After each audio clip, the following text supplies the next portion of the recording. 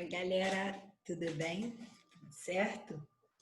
Hoje a gente está num modelo de aula um pouquinho diferente, porque eu vou fazer uma revisão com vocês a partir de algumas questões do Enem, para ver se vocês conseguiram entender e tentar fixar alguns conceitos e algumas informações e processos importantes sobre o tema do espaço rural. Então, essa e a próxima aula tratarão de questões. Nós vamos discutir o porquê das alternativas corretas, o porquê das outras não serem, e eu vou tentar também abordar um pouquinho dos assuntos que essas questões elas retratam.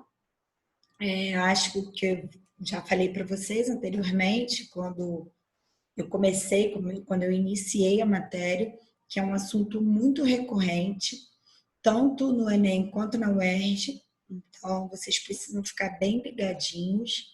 Eu estou mandando para vocês também uma lista de exercícios só com questões de vestibular, e aí eu tentei botar questões da UERJ, então façam com seriedade para que vocês possam, enfim, ver se vocês entenderam o conteúdo direitinho e tirar as dúvidas na nossa aula de revisão, beleza?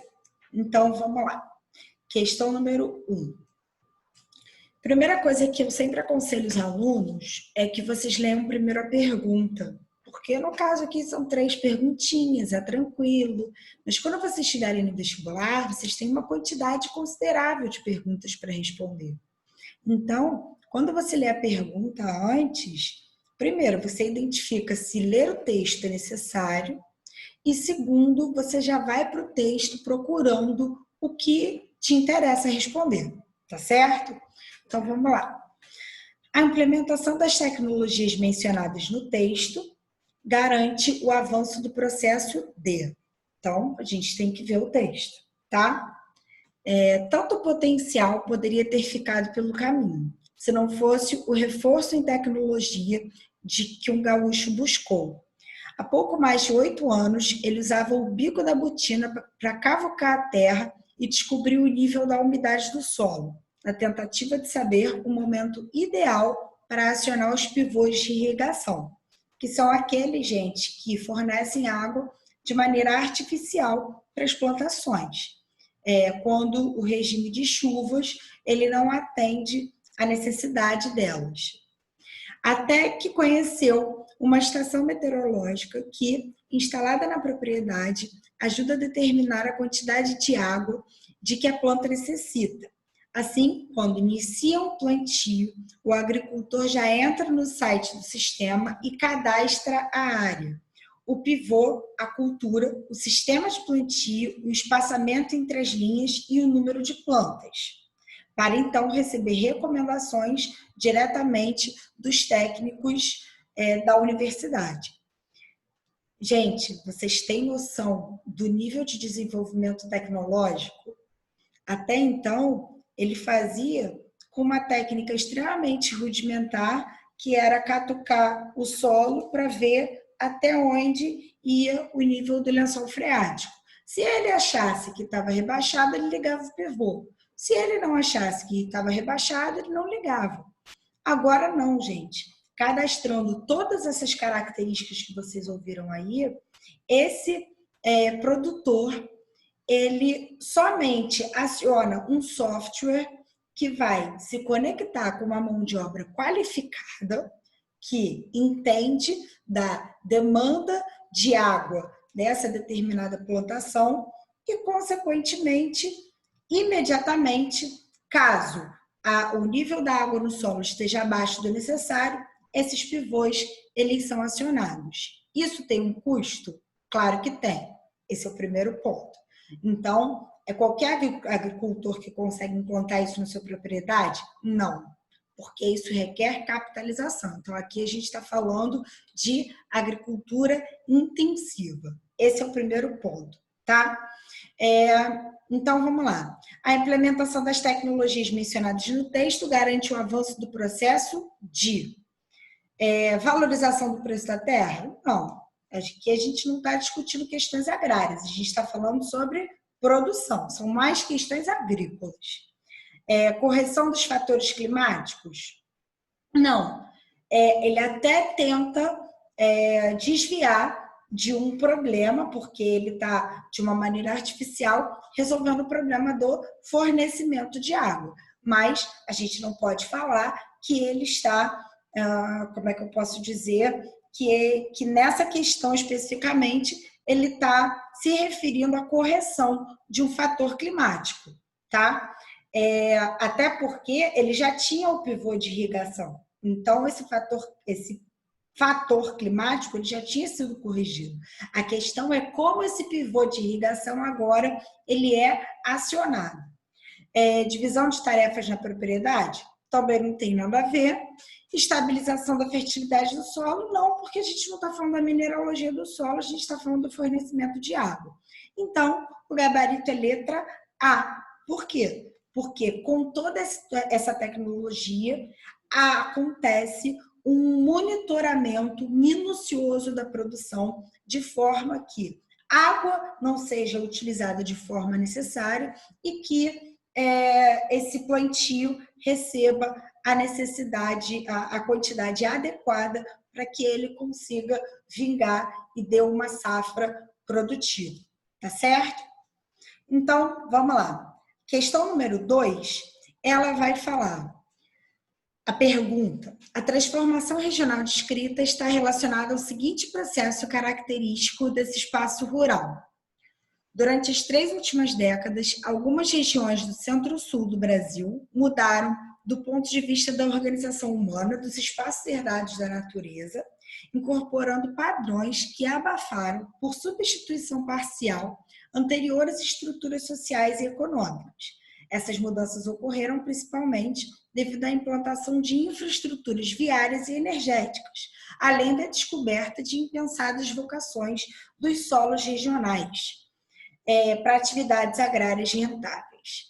A gente está falando, quer dizer, o Absaber ele está falando especificamente nessa questão da região centro-oeste, que acaba permitindo a expansão da fronteira agrícola, acaba recebendo a cadeia de grãos e posteriormente de carne por conta da Revolução Verde, que nós já vimos anteriormente, que gerou um processo de modernização das técnicas agrícolas anteriormente utilizadas aqui, não só no Brasil, mas em outros países semiperiféricos, tá bem?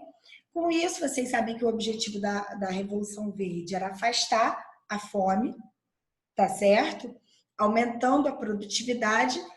Então, como isso pode ter gerado, por exemplo, impensadas vocações de solos regionais? O solo da região centro-oeste, gente, ele é um solo laterizado, com excesso de ferro e alumínio, o que, consequentemente, o deixa ácido e, por isso, com baixa fertilidade.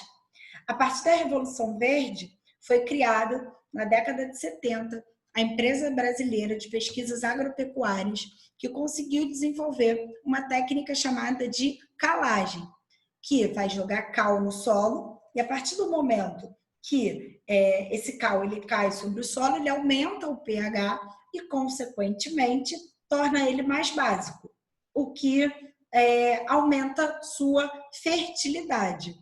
Tá certo? Esse é um dos exemplos importantes e vai ser importante mesmo, gente, porque do Mato Grosso do Sul em direção à região norte, a gente vai ver um crescimento de grandes latifúndios, na maioria dos casos monocultores, que vão ser voltados para a exportação e que vai fazer do Brasil um dos maiores exportadores de commodities do mundo, tá certo?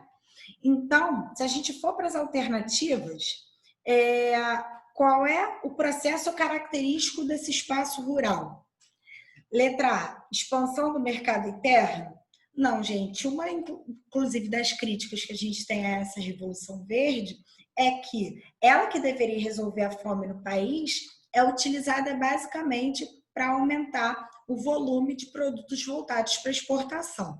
Letra B, manejo valorização do manejo familiar. Não, a gente sabe que tem a predominância de agricultura patronal, que se estabelece a partir de relações assalariadas e não relações familiares.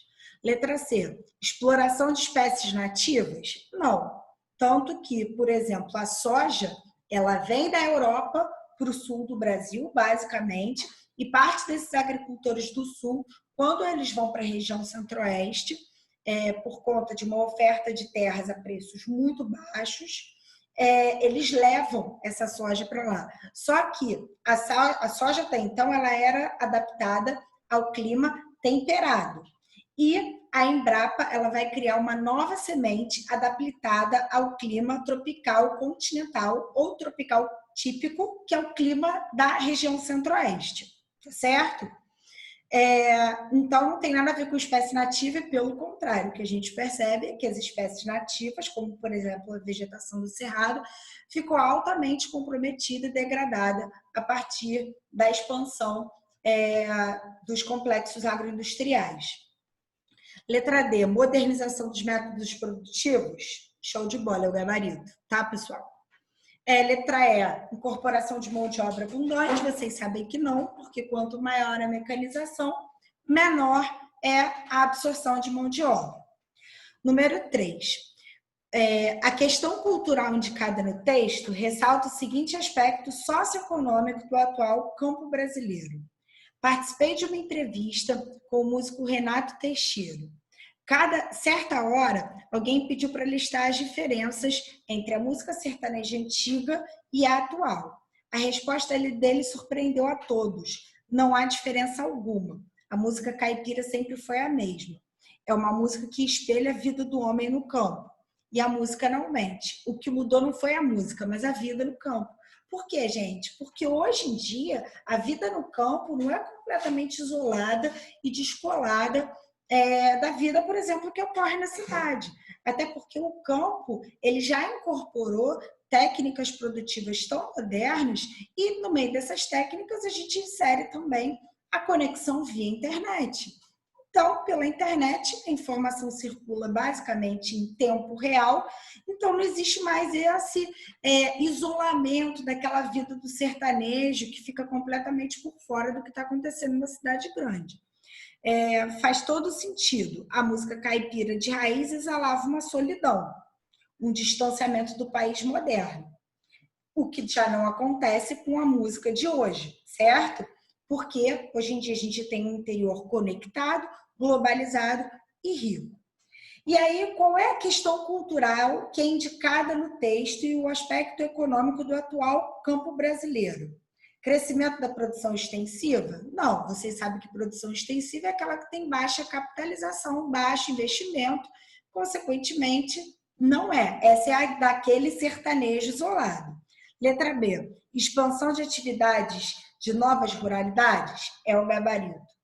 Existe um novo espaço rural que se forma a partir da inserção da tecnologia do campo. Persistência de relações de trabalho compulsório, relação de trabalho obrigatório? Não, né, gente? É praticamente condição análoga à escravidão. A gente sabe que ocorre, mas a persistência disso não, até porque a absorção de mão de obra é cada vez menor. E contenção da política de subsídio agrícola? Nada a ver, a questão não aborda isso em momento algum. E letra E, fortalecimento do modelo de organização em cooperativa. Até existem essas cooperativas, mas essas cooperativas, elas, na maior parte dos casos, são utilizadas pelos pequenos proprietários. Para quê? Para eles se fortalecerem diante dos grandes. Tá certo? Mas não é o gabarito letra B. Então é isso, galera. Fechamos aqui a primeira parte da nossa revisão. No próximo tempo, tem mais 3 questõezinhas do Enem para a gente resolver. Um beijo, espero vocês.